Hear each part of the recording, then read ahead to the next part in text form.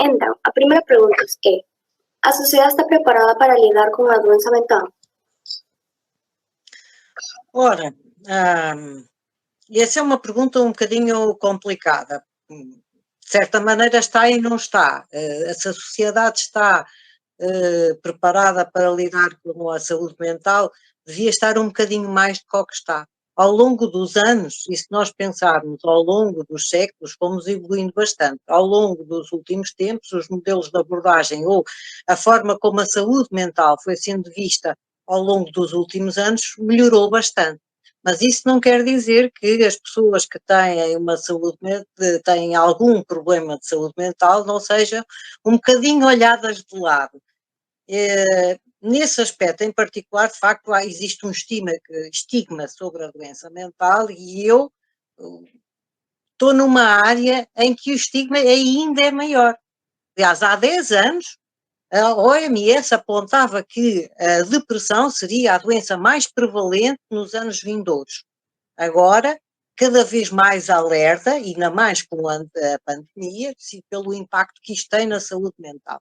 O que podemos fazer para reduzir o impacto da pandemia na nossa saúde mental? A pandemia tem tido um impacto muito grande e todos nós o sentimos. Estamos já assim todos um bocadinho cansados e nesta fase, que é uma fase um bocadinho perigosa, porque assim nós acabamos de sair de um estado de emergência e temos uma sensação de alívio que não é correspondente ao estado de calamidade em que estamos, não é? Estamos todos um bocadinho exaustos e fartos disto, se posso exprimir-me desta maneira.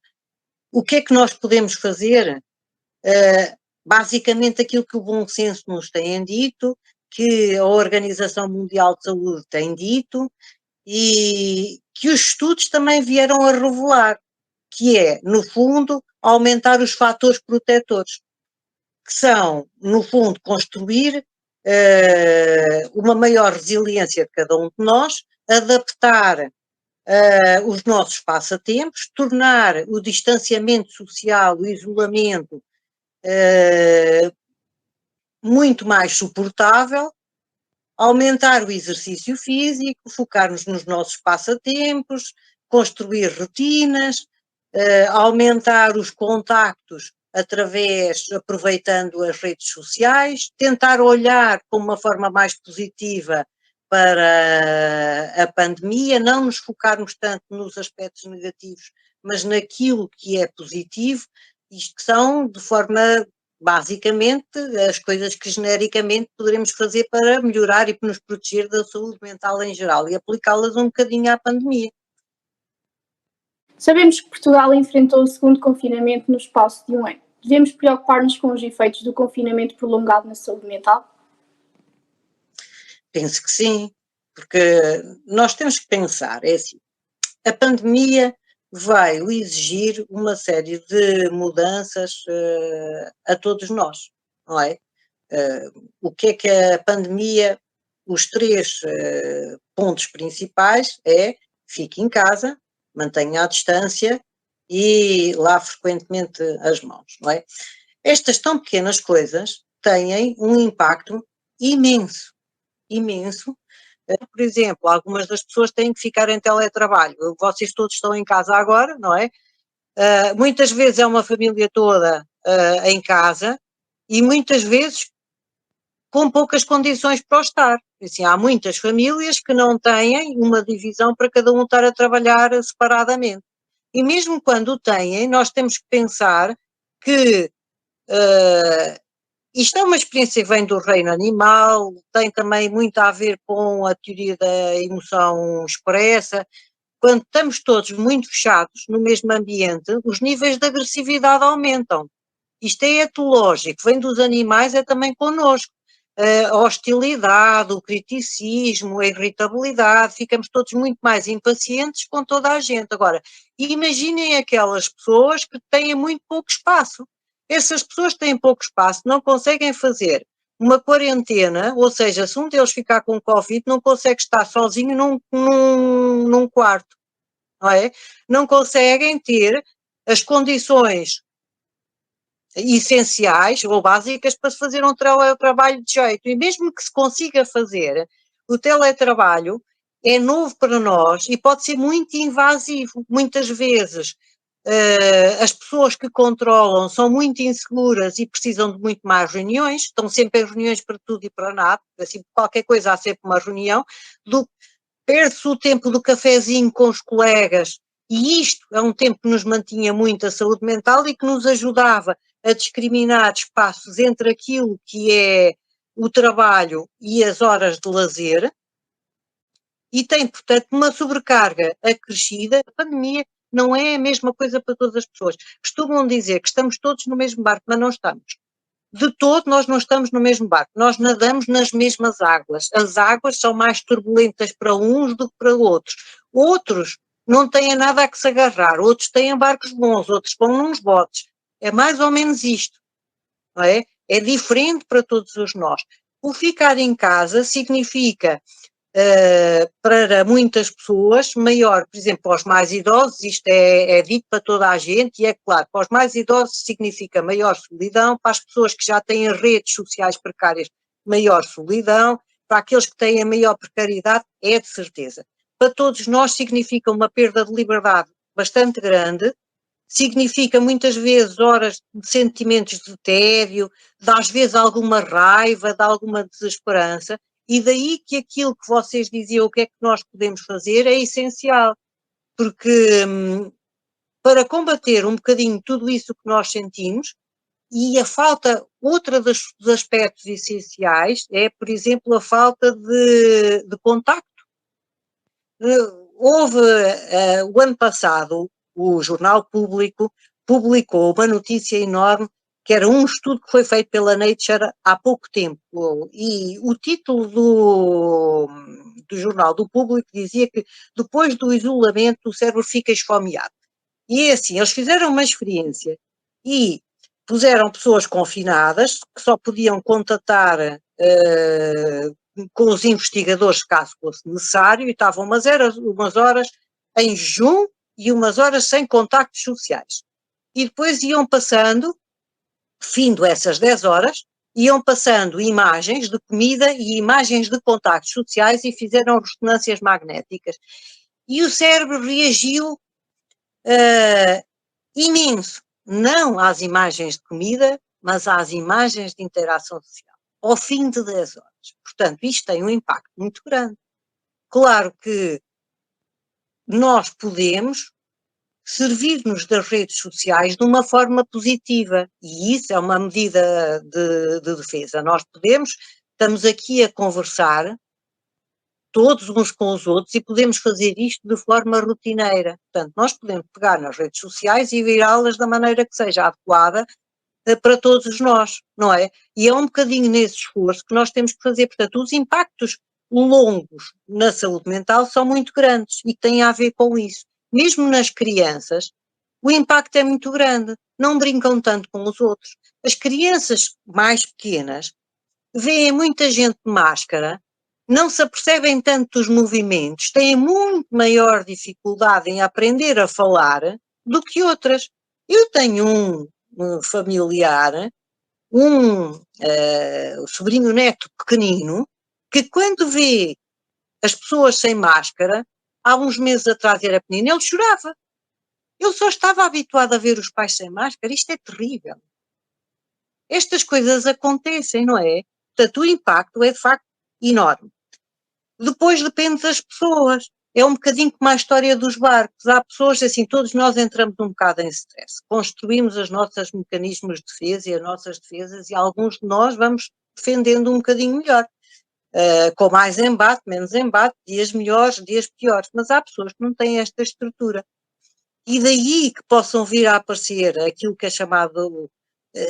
não as reações agudas ao stress, porque isso é aquilo que todos nós mais ou menos passamos nesta fase, mas passam os maus ajustamentos, ou mesmo os casos de grande ansiedade ou depressão, ou os casos de burnout, ou depois de passado isto, mais tarde os distúrbios de stress pós-traumático. Portanto, o impacto é de facto muito grande. A próxima pergunta é: durante a pandemia, É notorio que houve moitos casos de depresión. Como distinguir a depresión da tristeza? A depressão é uma palavra que se usa com três sentidos. A depressão é aquela depressão, todos nós estamos tristes de vez em quando, não é? A tristeza é um sentimento normal, faz parte da nossa vida. Não há tristeza sem alegria, isto é mais ou menos por opostos, não é? Existe depois a tristeza ou a depressão como síndrome e como doença. Quando é que a depressão é doença e a depressão não é tristeza? É quando está para além, quando começa a acontecer todos os dias, quando todos os dias a pessoa está triste ou não tem interesse em fazer coisas que habitualmente gostava de fazer. Por exemplo, uma pessoa gostava de fazer caminhada todos os dias e de repente durante 3 semanas, 2, 3 semanas, não sai de casa, não conversa com ninguém, não está propriamente sempre a chorar, mas está muito irritável, respinga com toda a gente. Isto é uma depressão. Há depressões que as pessoas não estão tristes, mas estão irritáveis. A depressão define-se essencialmente por duas características, ou essa tristeza por mais de 15 dias, ou a perda de prazer em coisas que habitualmente tinha prazer, que chama-se o nosso vocabulário anedonia, por mais de 2 semanas. Essa é a definição oficial de depressão. Depois tem todos aqueles sintomas atrás. Não é? A nossa próxima pergunta é: muitas pessoas durante este estado pandémico querem pedir ajuda pelo facto de a saúde mental estar em risco, mas não sabem como fazer. Qual é a melhor forma para conseguirem então pedir ajuda?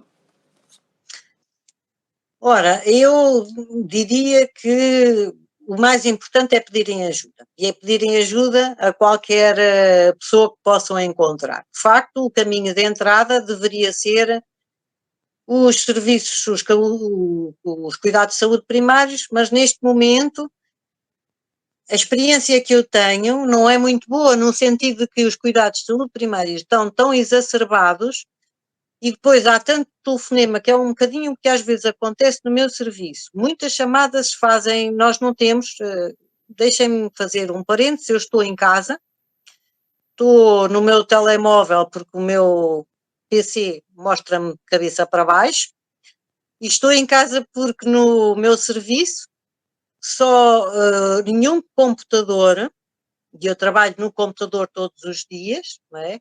No meu computador, não há nenhum computador que tenha câmara e microfone. E, portanto, nós, para virmos fazer uma videoconferência, temos que vir para casa. Depois, muitas das chamadas fazemos muitas das consultas, há pessoas que são de muito longe, o meu serviço não tem uma zona de referência curta, atende pessoas de toda a zona centro e, portanto, para os doentes que nós já conhecemos e que estão bem, nós podemos fazer o apoio telefónico, portanto, fazemos muitas chamadas. E fazemos chamadas a todos os outros doentes, portanto, os telefones estão sempre ocupados. Isso acontece nos cuidados de saúde primários e a maior parte dos doentes não tem, neste momento, um acesso fácil ao seu médico de família. Mas isso não quer dizer que, se sentir mal, não passe por lá, não fale com o enfermeiro ou administrativo e diga: eu estou mal e preciso urgentemente de uma consulta. Às vezes existem as próprias linhas de apoio, as linhas SOS, que existem várias para a saúde mental, a linha de apoio às pessoas que estão desesperadas e de prevenção do suicídio e que podem ser utilizadas e, sobretudo, virarmos as redes sociais, não tanto as redes sociais a nosso favor, portanto, ou seja, pedirmos ajuda aos nossos amigos pelas redes sociais. Portanto, temos que nos preocupar é com as pessoas que não têm essa disponibilidade, mas podem ir ter com os responsáveis da junta, que indicarão de certeza o serviço social ou através do serviço social da zona, que poderão fazer chegar esses pedidos a quem possa ajudar. Os serviços de voluntariado. O essencial é, de facto, a pessoa não se enclausurar estarmos um bocadinho atentos às pessoas com quem lidamos e se vimos sinais de depressão e de ansiedade, que a pessoa está com dificuldade em ultrapassar, e irmos à procura nas forças vivas da sociedade onde nos podemos encontrar, porque se não forem as mais indicadas em termos de saúde mental, elas saberão orientar para lá. Uma vez que muitas vezes os pedidos hoje em dia, as portas se dá a sensação de estarem um bocadinho fechadas, porque de facto os médicos de família, os médicos de saúde pública também não têm capacidade de resposta tão grande como se calhar seria preciso nesta altura.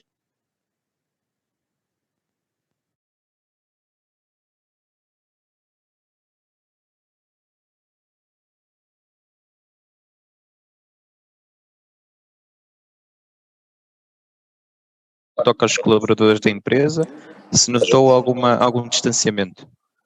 Não, na nossa área setorial, que é os moldes, quando é nas máquinas, eles podem trabalhar separados. Quando é no setor de bancada, de ajustes, de polimentos, de montagens, não. Normalmente, quando é um molde pequeno faz separado, quando é um molde grande tem que trabalhar em conjunto. A nível interpessoal não houve grande alteração. Claro que as pessoas numa fase inicial tinham mais receio, não é? Quando a pandemia chegou ao nosso país, nós costumávamos, por exemplo, juntar-nos todos para celebrar os aniversários uns dos outros, e isso deixou de se fazer por causa desse receio durante algum tempo. Agora, lentamente, estamos a tentar voltar à normalidade, ou seja, com os devidos cuidados. As pessoas continuam a conviver, claro que não há aqui abraços nem beijinhos para ninguém, como é óbvio, mas continuam a almoçar juntos, por exemplo, têm de ter os devidos cuidados, ou seja, não se notou grande diferença nesse aspecto. Temos mais o cuidado de ter as mãos sempre lavadas, de usar máscara, e quando falamos uns com os outros, não estamos tão próximos, de resto não se notou grande diferença mesmo. Queria perguntar se é feito com regularidade um rastreio em termos de higiene e saúde no trabalho. Eu sei que já foi dito que existem postos de higienização dentro da empresa, com máscaras, mas é feito algum rastreio regular?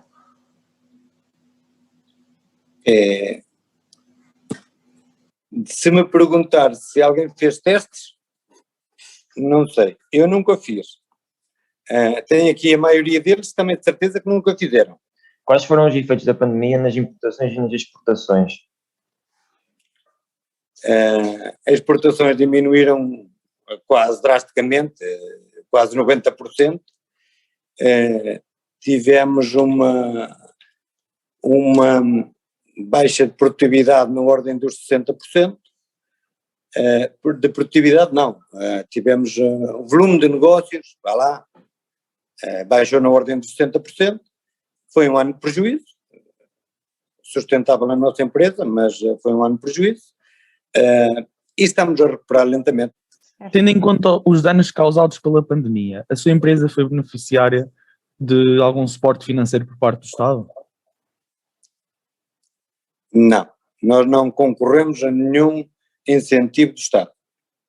Nós somos uma empresa sólida, sustentável, não mandamos ninguém para layoff, fizemos ver aos colaboradores que a empresa ia manter o máximo que pudesse o pessoal, todos os colaboradores sem ir para layoff, mantivemos todos os postos de trabalho, toda a gente recebeu o seu ordenadozinho, todos nós recebemos o nosso ordenadozinho, apesar da empresa ter prejuízo, mas a empresa tinha condições financeiras para essa sustentabilidade angriada em anos anteriores de bastante trabalho.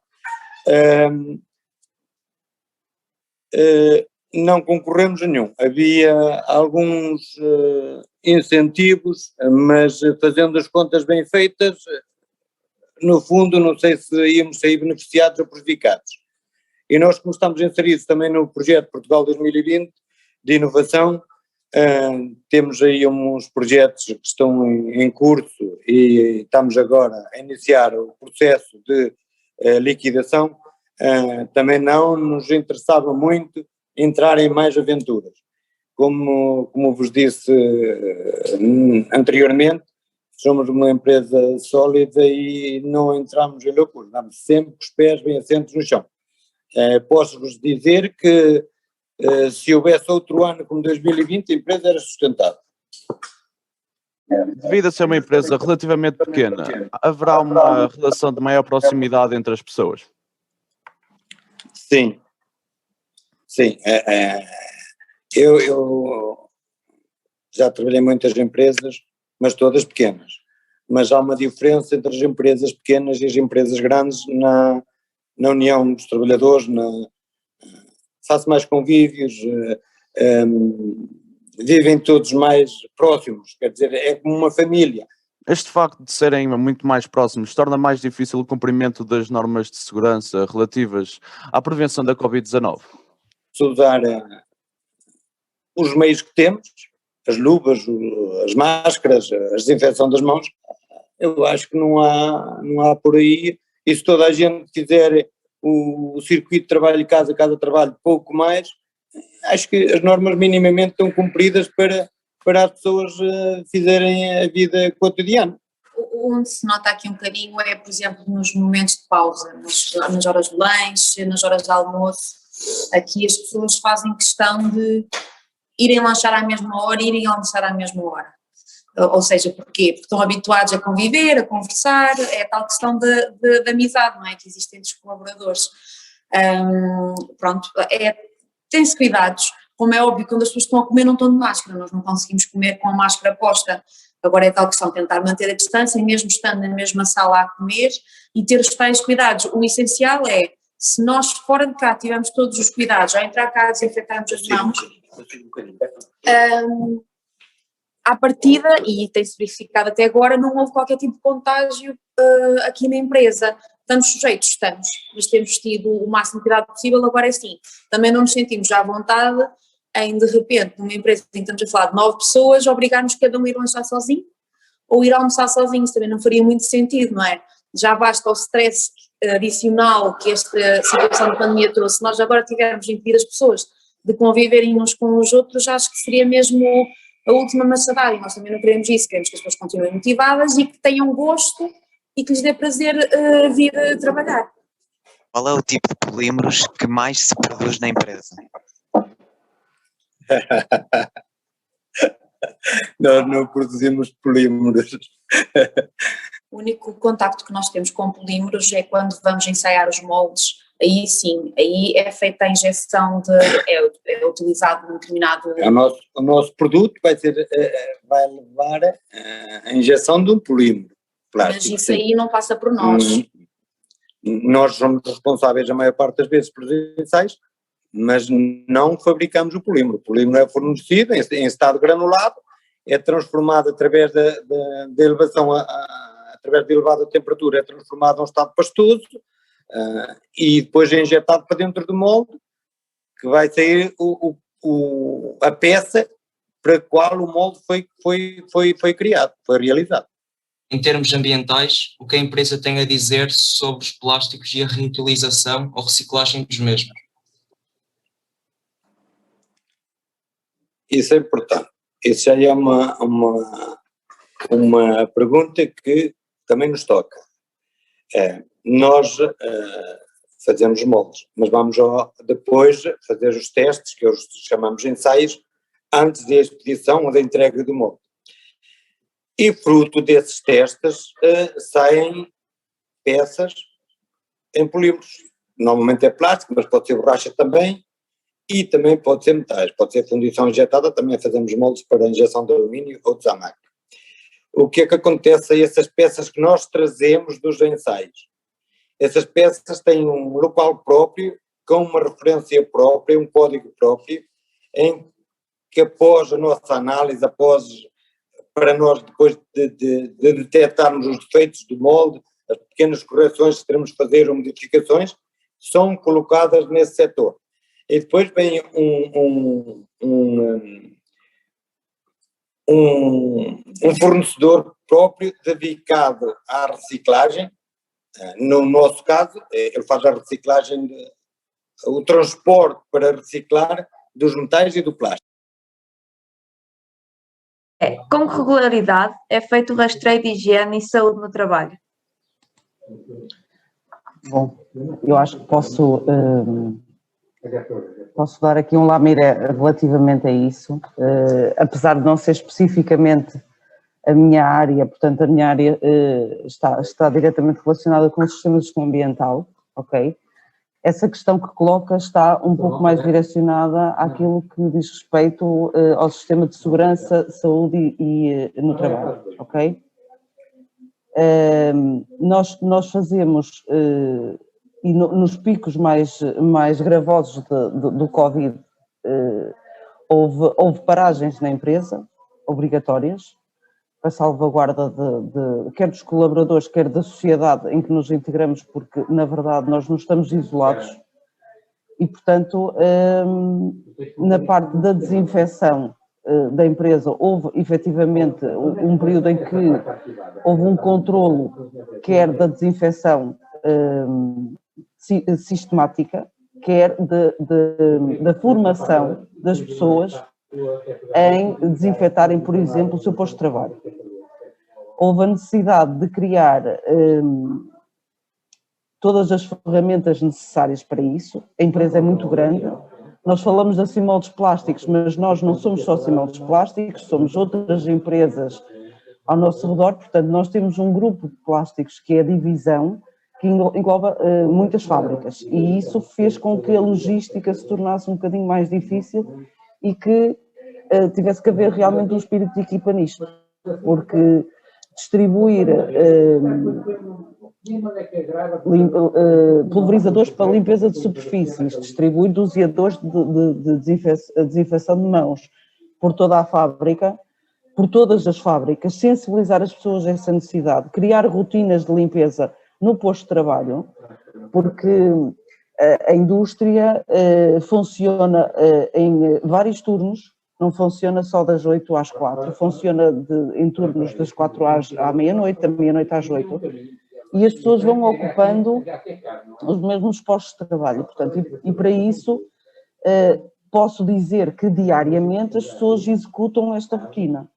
Portanto, há uma rotina de desinfecção do posto de trabalho, as pessoas trabalham de luvas, trabalham de máscara, portanto, estamos aqui a falar dos EPIs básicos que se consideram neste tipo de problemática, digamos assim, que nos atinge a todos, e, portanto, com isto pretende-se minimizar todos os impactos do Covid.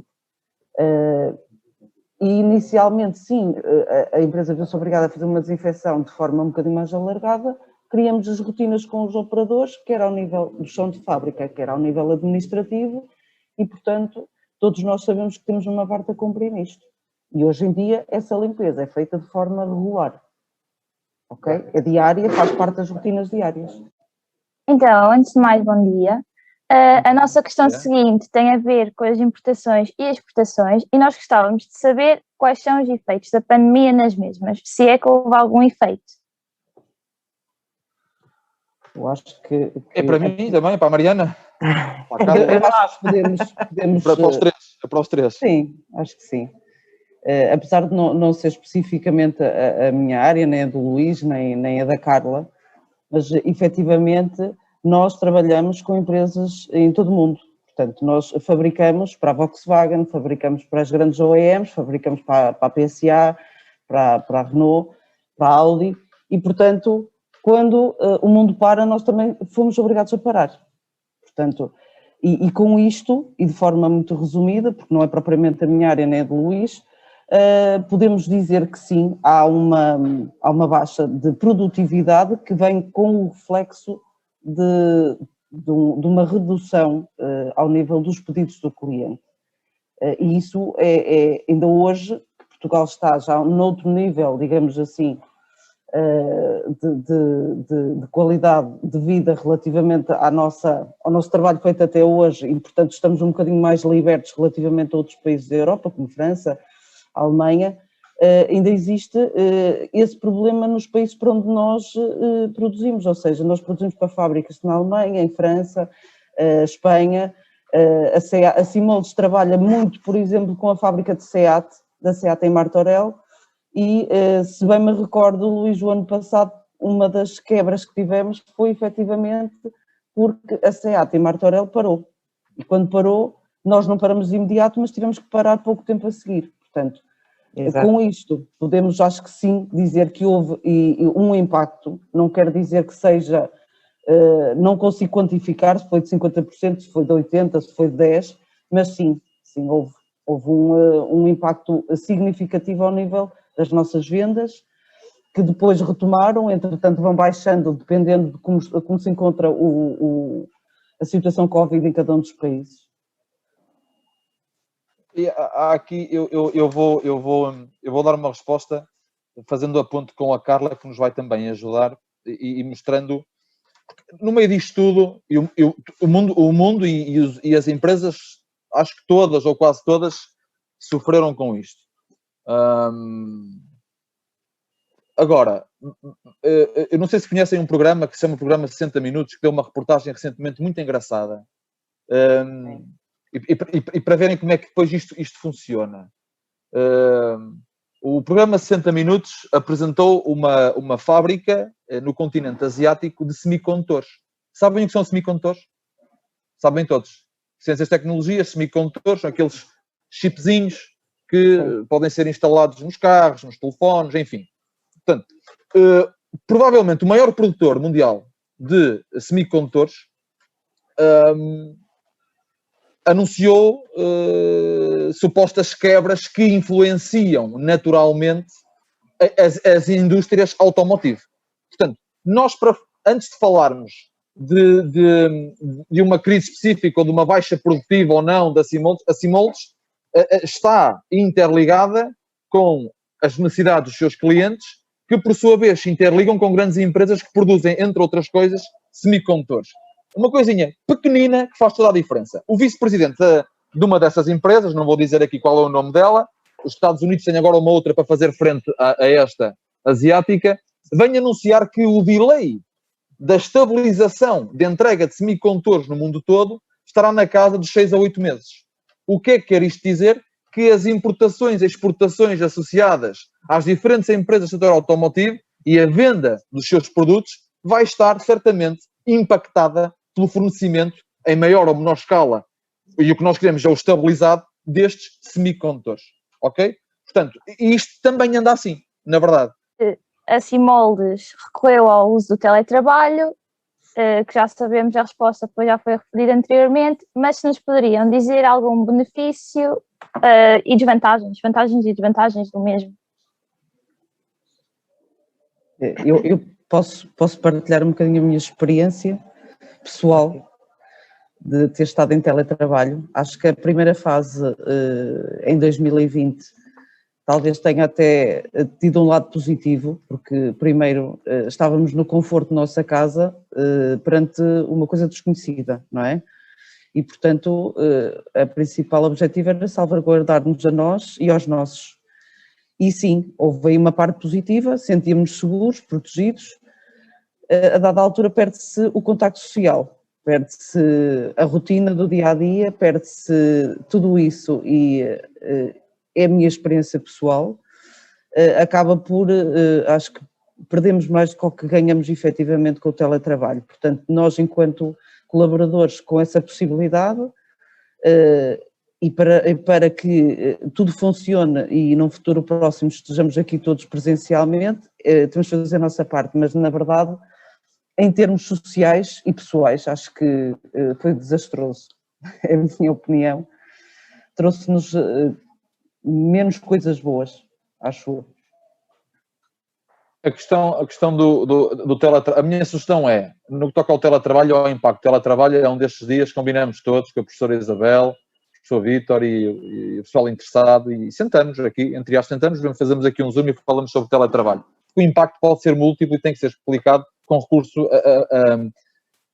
a algumas variáveis, ok? Por exemplo, a influência do teletrabalho para uma pessoa que mora sozinha e que não tem a seu cargo filhos, certamente não é a mesma que o teletrabalho para uma pessoa que mora e que tem que trabalhar com filhos pequenos ou filhos de média idade ou filhos mais velhos que não são a cargo dos pais. Há aqui um conjunto de situações que de facto tornam a abordagem e o falar do teletrabalho ou levam-nos a que tenhamos alguma minúcia para falarmos bem deste tema. Agora, os dados estão lançados e já há muitos estudos que apontam para o quê? Para fenómenos de caráter psiquiátrico associados ao teletrabalho. O isolamento contribui grosso modo, para, por exemplo, um humor deprimido por parte das pessoas.